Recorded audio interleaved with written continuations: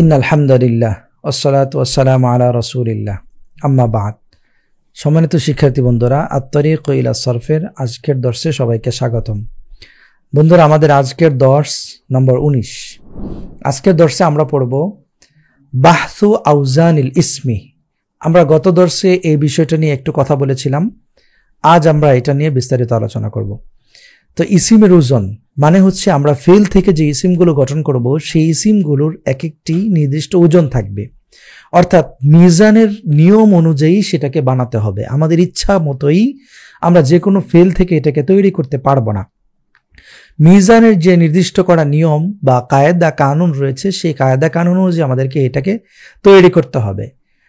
সেগুলো কায়দা কানুনগুলো কি আমরা দেখি। ইসিমের মিজান বা পরিমাপ প্রসঙ্গ আলোচনা আমাদের। এতক্ষণ তোমরা বিভিন্ন ফেল তৈরির নিয়ম এবং সেগুলোর মিজান মুখস্থ করেছ। মিজান বলতে ফালা আফআলু থেকে যে গঠিত যে কায়দা কানুনগুলো, যে সিলসিলাতুল আফআলগুলো সেগুলো তোমরা পড়েছ। এখন আমরা বিভিন্ন ইসিমের মিজান সম্পর্কে আলোচনা করব। ফেলের মিজান পড়া হয়ে গেছে, আর ইসিমের মিজান নিয়ে আলোচনা করব। এই কিতাবের শুরুতেই বলা হয়েছিল আমাদেরকে যে আমরা শুধু এই কিতাবের মধ্যে মিজানগুলো দেখিয়ে দিব, বাকি মাউজুনগুলো আমরা অন্যান্য কিতাবের মধ্যে চর্চা করতে পারবো বা নিজেরাও ইচ্ছা করলে চর্চা করতে পারবো। বিভিন্ন কামুস থেকে, মুজাম থেকে, অভিধান থেকে আমরা এগুলো বের করে চর্চা করতে পারবো। বিভিন্ন আরবি কিতাব মোতালা করে, বিভিন্ন পত্র, আরবি পত্রিকা পড়ে, আমরা আল জারিদা এগুলো পড়ে আমরা কি করতে পারবো, এগুলো চর্চা করতে পারবো। তো আমরা দেখি ইসিমের পরিচয় তোমরা জেনে এসছো কি, আরেকবার তা দেখে নাও। ইসিমের পরিচয়টা আমরা জেনে এসেছি, ওইটা আরেকবার দেখে নিতে বলেছে। আমরা আর দেখতে যাচ্ছি না, আমরা বলে ফেলি। সেটা হচ্ছে ইসিম এমন একটি কালিমা যে কালিমা নিজের অর্থ নিজে প্রকাশ করতে পারে, নিজের অর্থ নিজে প্রকাশে স্বনির্ভর, কিন্তু তিন কালের কোনো কাল তার মধ্যে থাকবে না, সেটাই ইসিম। তো এই ইলমুস সরফের পরিভাষায় ইশতিকাক বা শব্দ নির্গতি একটি গুরুত্বপূর্ণ বিষয়। শব্দ নির্গতি এই বিষয়টা আমরা আগে বুঝে আসি। সেটা হচ্ছে আমরা যখন একটা ফেল অথবা একটা ইসিম অথবা কোনো একটা আরবি কালিমা পেলাম, সেটাকে আমরা আগে খুঁজবো যে সেটার মূল কি। ওই যে মূল হরফ আমরা পড়ে আসছিলাম, যে মূল হরফ, সেই মূল হরফটা কি? সেই মূল হরফটাই হচ্ছে ইশতিকাকের একটা ধারাবাহিকতা। অর্থাৎ মূল হরফটা হচ্ছে মুশতাক মিনহু, আর যে হরফটা যে ইসিমটা বা ফেলটা বের হবে সেটা হচ্ছে মুশতাক। তো মুশতাক মিনহু মুশতাক, মুশতাক মিনহু মুশতাক। আবার বলি আমি শব্দগুলো, মুশতাক মিনহু মুশতাক। যে মূল হরফটা থাকবে সেই মূল হরফটা হচ্ছে মুশতাক মিনহু, আর যেই ইসিমটা কালিমাটা বের হয়ে আসবে সেই কালিমাটার নাম হচ্ছে মুশতাক। এর অর্থ হলো এই ইশতিকাকের জ্ঞানটা এবং এটার ধারণাটা আরবি ভাষায় খুবই জটিল। এটা থাকলে খুব সহজে অনেক শব্দ মুখস্থ না করে, স্বল্প শব্দ মুখস্থ করেই অন্যান্য শব্দের উপর অনুমান করে সে অর্থগুলো বলে ফেলা যায়, এই ইশতিকাকের জ্ঞান যদি খুব ভালোভাবে থাকে। যেমন আমি কয়েকটা উদাহরণ দিয়ে বলি। যেমন যদি আমি বলি যে সাইক, যে সাইকুন মানে রাআইতু সাইকান ইয়াসুকু সাইয়ারাতা, আমি একজন সায়েককে দেখেছি যে গাড়ি চালাচ্ছে। মানে এখন কথা হচ্ছে যে সায়েক মানে কি, সাক ইয়াসুক মানে হচ্ছে কি টেনে আনা। এখন আমরা আবার জানি যে সুকুন মানে হচ্ছে বাজার। সুকুন আর শব্দের অর্থ হচ্ছে বাজার। তো সুকুন বাজার কিভাবে হলো? তো সুকুন শব্দের অর্থ তো টেনে নিয়ে আসা, তো বাজার হলো কিভাবে? মানে বাজার এমন একটা জায়গা যে নিজে কারো কাছে যায় না, বরং সব প্রয়োজনগ্রস্তকে তার নিজের কাছে টেনে নিয়ে আসে।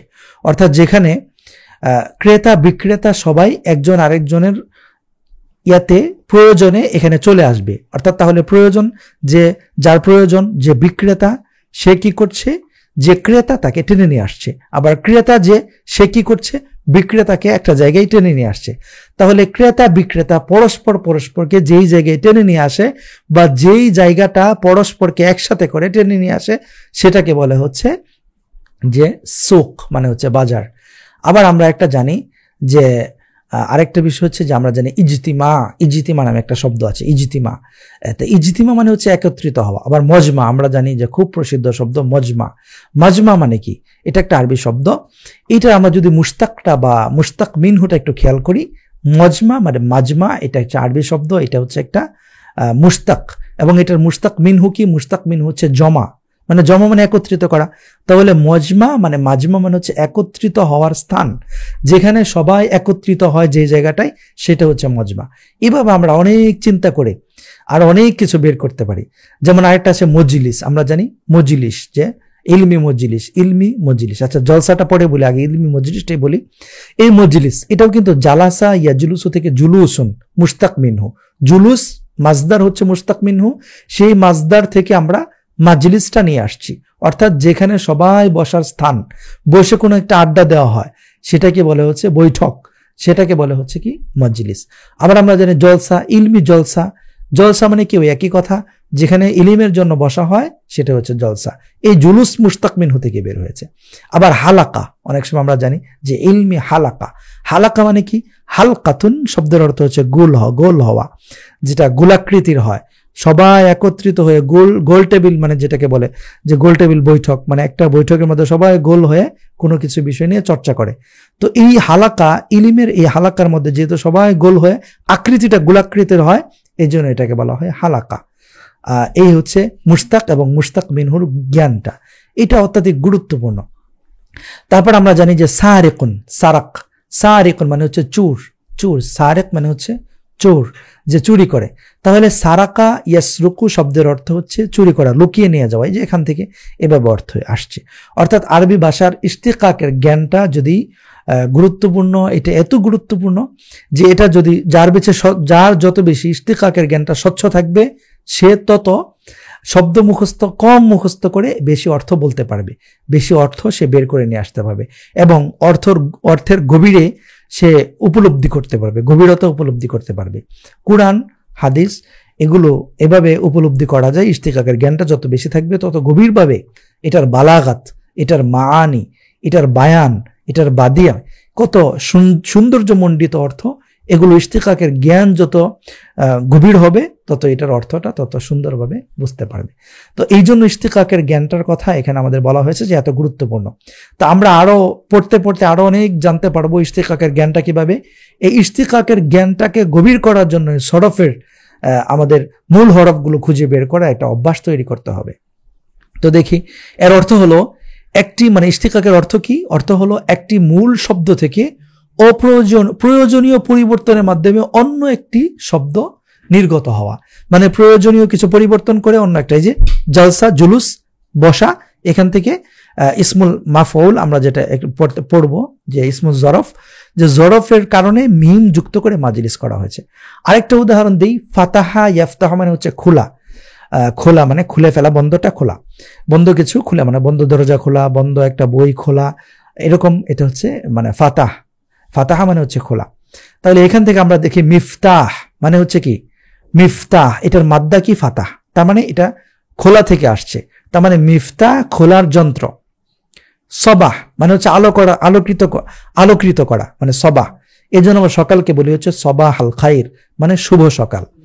তো সকাল যেহেতু আলোকিত করে, তাহলে এখান থেকে মিসবাহ মানে আলোকিত করার বস্তু, আলোকিত করার যন্ত্র, এভাবে আমরা কিন্তু বের করতে পারি। তারপর হচ্ছে করজ মানে হচ্ছে কেটে দেওয়া, এখান থেকে মিকরাজ মানে যে কেটে দেয়, চাকু কাচি, এগুলোকে আমরা কি বলি, এভাবে আমরা ইশতিকাকের জ্ঞান গভীরতার মাধ্যমে বের করতে পারবো।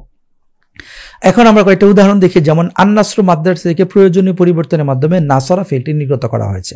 আন্নাসরু মাসদার থেকে আমরা আমাদের ফেইলের পরিবর্তনের কারণে একটা গঠন করে আমরা নাসরা গঠন করেছিলাম।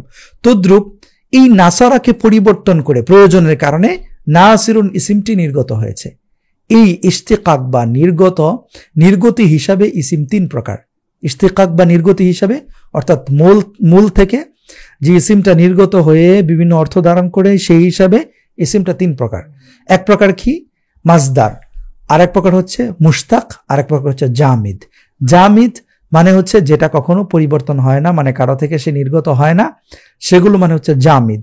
যেমন হচ্ছে কয়েকটা উদাহরণ, যেমন জামিদ থাকতে পারে, যেমন হচ্ছে আরদুন মানে পৃথিবী, এটা একটা ইসমে জামেদ। তারপর হচ্ছে তুরাব, এটা হচ্ছে এটা ইসমে জামেদ, মানে যেটা কারো থেকে নির্গত হয় নাই, বরং ভাষাভাষীরা শুরু থেকে এটাকে এভাবেই রেখেছে, এই জন্য এটা হচ্ছে জামেদ। আর দুই প্রকার রইল, একটা হচ্ছে মাসদার, একটা হচ্ছে মুশতাক। তো মাসদার তো সে মূল, মানে যেখান থেকে অন্যরা বের হবে, অন্যরা নির্গত হবে, এই জন্য তার একটা মূল থাকার দরকার, সেই মূল উৎস মাজদার মানে হচ্ছে কারখানা, ফ্যাক্টরি, উৎস মানে হচ্ছে যেটাকে আমরা বলি যে ওইটার মূল জায়গাটা, মানে হচ্ছে খনি। মাজদার শব্দের শাব্দিক অর্থ হচ্ছে খনি, মানে যেখান থেকে কোনো কিছু বের হয়, নির্গত হয়, মূল উৎস, মূল জায়গাটা। যাই হোক, তাহলে এই মাজদার থেকে বাকি যে হরফগুলো বা ইসিমগুলো বের হয়ে আসবে সেগুলোকে বলবে মুশতাক। তাহলে মূল যেটা সেটা মাজদার, আর এখান থেকে যে বের হয়ে আসে মুশতাক, আর যে কখনো কারো থেকে বের হয়ে আসেনি সে হচ্ছে জামিদ। এখন এগুলো আমরা এক এক করে ব্যাখ্যা করি। মাজদার ওই ইসিমকে বলে যার থেকে ফেল ও বিভিন্ন ইসিম নির্গত হয়, মাজদার অন্য কোনো শব্দ থেকে নির্গত হয়নি, বরং বিভিন্ন হরফ যোগ করে এটিকে সৃষ্টি করা হয়েছে। তার মানে কি? তার মানে হচ্ছে শুরু থেকেই ভাষাভাষীরা দুইটা জিনিস তৈরি করেছে, এক হচ্ছে মাজদার আর হচ্ছে জামেদ। আর মাজদার থেকে তারা বিভিন্ন ইসিমকে নির্গত করেছে, সেটা হচ্ছে মুস্তাক। তাহলে শুরুতেই ভাষাভাষীরা তৈরি করেছে জামেদ আর মাজদার, এই দুইটা, কিন্তু মাজদার থেকে পরে পরিবর্তন হয়ে মুস্তাক হয়। আমরা দেখি এজন্য মাজদার হলো মূল এবং তা থেকে নির্গত ফেল ও ইসিমগুলো হলো তার শাখা প্রশাখা। এখন মুশতাক ইসিম ওই ইসিমকে বলে যা মাজদার থেকে বিভিন্ন উজনে নির্গত হয়, যেমন আলিমা ইয়া আলামো থেকে আলিমুন মানে জ্ঞানী, যে আলেম জ্ঞানী, অথবা এখান থেকে আরেকটি ইসিম নির্গত হয় মালুমুন অর্থাৎ জানা বিষয়টা, জ্ঞান, শব্দ দুটি নির্গত হয়েছে। জামিদ, এখন আরেকটা প্রকার রয়েছে জামিদ ওই ইসিমকে বলে যা নিজেও অন্য শব্দ থেকে নির্গত হয়নি এবং তার থেকেও অন্য কোনো শব্দ নির্গত হয় না, মানে হয়নি, যেমন ইনসান, ফারাস, রজুল, এগুলো হচ্ছে কি ইসমে জামিদ। তাহলে আমরা এখন সহজভাবে এটাকে সামনে রেখে একটা কথা বলতে পারি যে ইশতিকাক বা শব্দ নির্গতি হিসাবে, যে শব্দ থেকে অন্য শব্দ নির্গত হয়, এই পদ্ধতি হিসাবে, কায়দা হিসাবে, এই তরিকা হিসাবে আমরা বলতে পারি যে ইসিম হচ্ছে তিন প্রকার। এক হচ্ছে মাজদার, মুশতাক, জামিদ। মাজদার কাকে বলে?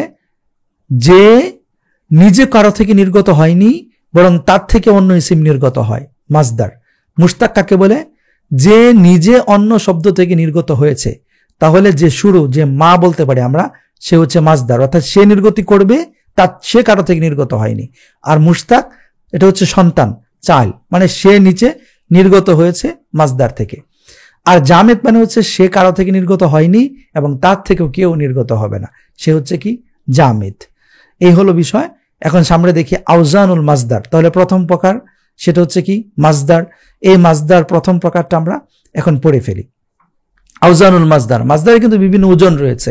এই মাজদার কিভাবে ওজন থাকে, এটা কিন্তু ভাষাভাষীরা যখন মাজদারকে প্রথম তারা ব্যবহার করা শুরু করেছে, এটা কিন্তু তারা বিভিন্ন ওজনে এটাকে ব্যবহার করা শুরু করেছে। যেমন আমরা আগে একটা বিষয় পড়ে আসছিলাম, সেটা হচ্ছে সুলাতে মুজাররাত, রুবাই মুজাররাত, আমরা এটা পড়ে আসছিলাম। তারপরে সুলাতি মাজিদ ফি, রুবাই মাজিদ ফি, এগুলো আমরা পড়ে আসছিলাম। তো সেই বিষয়গুলো আরেকটু তাকরার হবে, এখানে পুনরাবৃত্তি হবে।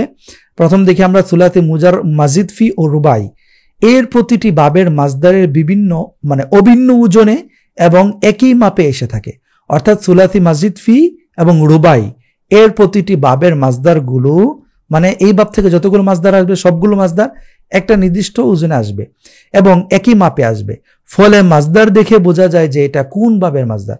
তাহলে লেখক বলতে চাচ্ছেন যে সুলাতি মাজিদ ফি এবং রুবাই এই দুইটা যে প্রকার আছে, যে মাজদারের প্রকার, মাজদার তো জানি আমরা কয় প্রকার, সেটা হচ্ছে সুলাতি মুজাররাত, সুলাতি মাজিদ ফি, রুবাই মুজাররাত, রুবাই মাজিদ ফি। সুলাতি মুজাররাত, আবার বলি, সুলাতি মুজাররাত, সুলাতি মাজিদ ফি, মূল শব্দ থাকলে মাজিদ ফি, মূল শব্দ না থাকলে মুজাররাত। আরেকটা হচ্ছে রুবাই মুজাররাত, রুবাই মাজিদ ফি। রুবাই 4 হরফ বিশিষ্ট, সেটার মধ্যে মূল হরফ না থাক, অতিরিক্ত হরফ না থাকলে মুজাররাত, অতিরিক্ত হরফ থাকলে মাজিদ ফি। এই 4 প্রকারের মধ্যে যে মাজিদ ফি আর রুবাই, মুজাররাত এবং মাজিদ ফি, এই 3 প্রকার, মানে প্রথম প্রকার বাদে, মুজাররাত, সুলাতি মুজাররাত বাদে, 3 হরফ বিশিষ্ট যেটা আছে সেটা বাদে বাকি যে 3 প্রকার আছে, এই 3 প্রকারের ফেল দেখেই বোঝা যায় যে মাজদারটা কেমন হবে। এটা কোন ভাবের মাজদার এটা দেখে বোঝা যায়। কিন্তু সুলাতি মুজাররাত, ওই যে প্রথম প্রকার সুলাতি মুজাররাত, এর আবওয়াবের মাজদারগুলো মিজান বা শব্দমাপ নেই। এটা মাজদার দেখে বলা যায় না বা ফেল দেখে বলা যায় না এটার মাজদার কি হবে, বরং এটার মাজদার দেখেও বলা যায় না এটার ফেল কেমন হবে, বরং এক এক মাজদার থেকে মিজান অনুসারে এসে থাকে। ফলে মাজদার দেখে বোঝা যায় না যে এটা কোন বাবের মাজদার। তাই প্রতিটি মাজদারের বাব আলাদা মুখস্থ করতে হয়। সুলাসি মুজাররাদের মাজদারগুলোর মিজান বা মাপ প্রায় 50টির মতো। তবে এখানে আমরা শুধু বহুল ব্যবহৃত মিজান বা শব্দমালাগুলো আলোচনা করব। এবার এগুলো মুখস্থ করে নিব আমরা। এখন কথা হচ্ছে, আমরা আবার বলি কথাটা, মাজদার হচ্ছে কি? মাজদার হচ্ছে ইসমে ইশতিকাক যে প্রকারগুলো আছে সেই প্রকারগুলোর মধ্যে প্রথম প্রকার হচ্ছে মাজদার, আর দ্বিতীয় প্রকার হচ্ছে মুশতাক, তৃতীয় প্রকার হচ্ছে জামিদ। মাজদার সে কারো থেকে নির্গত হয় না, তার থেকে অন্যরা নির্গত হয়।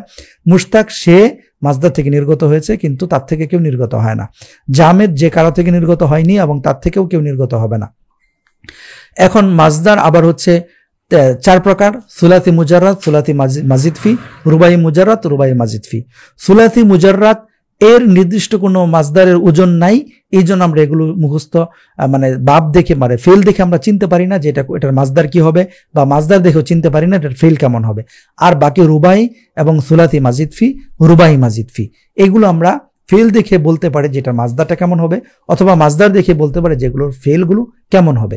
এখন একটা উদাহরণের মাধ্যমে বিষয়টা আমি ক্লিয়ার করি। রুবাই মাজিদ ফি এর মাজদার যেরকম আমরা বলতে পারি যে ইস্তাআমালা, সুলাসি মাজিদ ফি ইস্তাআমালা, আমরা এটা বলতে পারি যে ইস্তেআমালা এর মাজদারটা কি হবে? ইস্তেআমাল, মাজদারটা হবে এরকম। তারপর হচ্ছে ইস্তেআমাল, তারপর হচ্ছে ইনজা মানে ইস্তিরসাল, আমরা এটা থেকে বলতে পারি যে এটা মাজদারটা কেমন হবে? ইস্তারসালা, ফেলটা হবে এরকম। তাহলে মাজিদ ফিটা আমরা এরকম দেখে বলতে পারি। আর রুবাইটা, এগুলোর বিষয়ে আলোচনা আরো সর্বশেষের মধ্যে বিস্তারিত গিয়েছে, কিন্তু এখানে আমরা শুধু মিজান মানে সরফের বিষয়টি আলোচনা করব। রুবাইয়ের বিষয়টাও এরকম, যেরকম আমরা বলতে পারি তাদা হারাজা, এটার মাজদারটা কেমন হবে? তাদা হারাজান, তাদা হারাজাতুন, এরকম হতে পারে। তারপর আমরা দেখি যে হাস হাসা, হাস হাসা, আমরা এটা বলতে পারি যে হাস হাসান, এটার মাজদার এরকম। তো এইগুলো আমরা বলতে পারছি রুবাইগুলা এবং সুলাতি মাজিদ ফিগুলো, কিন্তু মুজাররাদগুলো কিন্তু বলা যায় না। সুলাতি মুজাররাদগুলো কিভাবে বলা যায় না? যেমন দেখি নাসারা ইয়াংসুরু, মাজদারটা কি হবে? মুখস্থ করতে হবে, আন্নাসরু। তারপর হচ্ছে আমরা একটা বলতে পারি যে মুখস্থ করা, হাফিজা ইয়াহফাজু, এটার মাজদারটা কি হবে? আল হিফজু, কোনো মিল নাই। তারপর আমরা বলতে পারি যে আরাফা ইয়া আরিফু, চিনা জানা, কাউকে কারোর সাথে পরিচিত হওয়া, এটার মাজদারটা কি হবে? আমরা বলতে পারি আল উরফু, না, আল উরফু তো এটার মাজদার না, এটার মাজদার হচ্ছে আল মারিফাতু।